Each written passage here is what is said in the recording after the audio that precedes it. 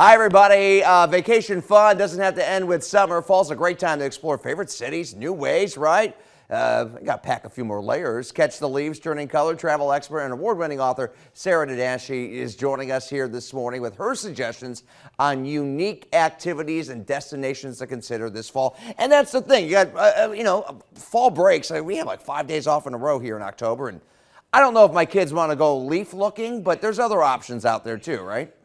There are, absolutely. I mean, what we're seeing kind of this fall is you've got bigger cities really being this top priority. And then also a lot of Americans are really looking to drive to destinations, especially when they can incorporate getting outdoors. So fall really is a good time to look for really good deals and packages. You can definitely head to hotel websites. I always say, being a former hotelier, book direct, always the best way for those best rates.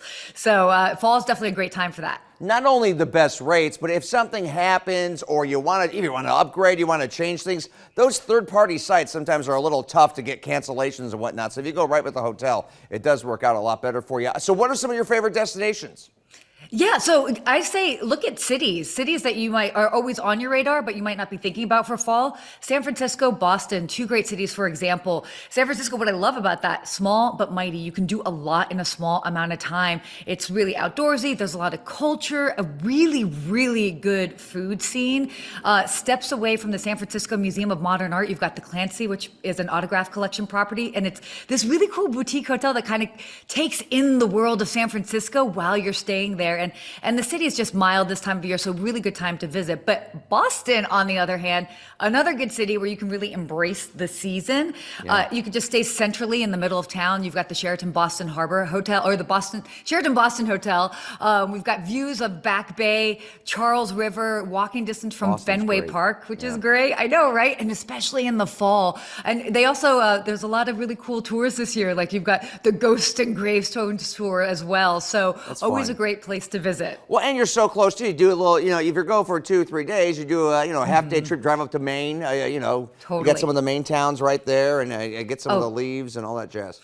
Completely. Portland, I'm probably going to be heading up there in a couple weeks myself. But love Portland. Again, yeah, it's also this really great time that you can also do these outdoor activities. Maybe go, as you mentioned, maybe your kids might not be into leaf peeping, but if you are, a lot of great places to do that or do a hike. Lake Placid, by the way. A lot of people think about upstate New York as like the summer destination, but it's really nice in the fall. You've got the Adirondack Mountains right there. I mean, the region's huge, beautiful views, a lot to do. Right there in the heart of Main Street, if you're kind of looking for that classic Americana feel. You've got the Grand Adirondack Hotel, Lake Placid, which is this cozy, spirited hotel. Just has that small town sort of feel, which is nice. Or another place people don't think about, Minneapolis.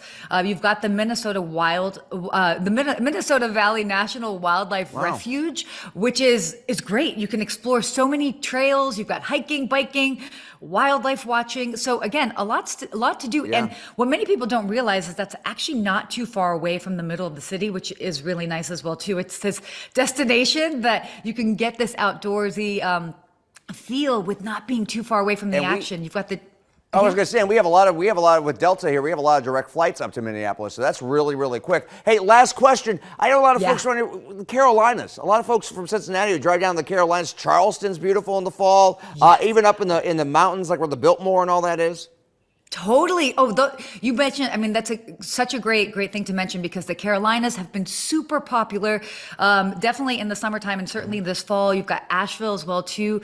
What's really interesting is seeing these maybe smaller cities that have really grown into these destinations that you can, again, have these amazing food scenes, but then you can also go and spend all this time outdoors. So there's a lot to do this fall. It's almost you're a tourist, but you're not. The smaller towns, it's still very local and not chainy and all that stuff. So that's great. Thank you, Sarah. Exactly. Appreciate it. Thanks so much for having me. Good stuff.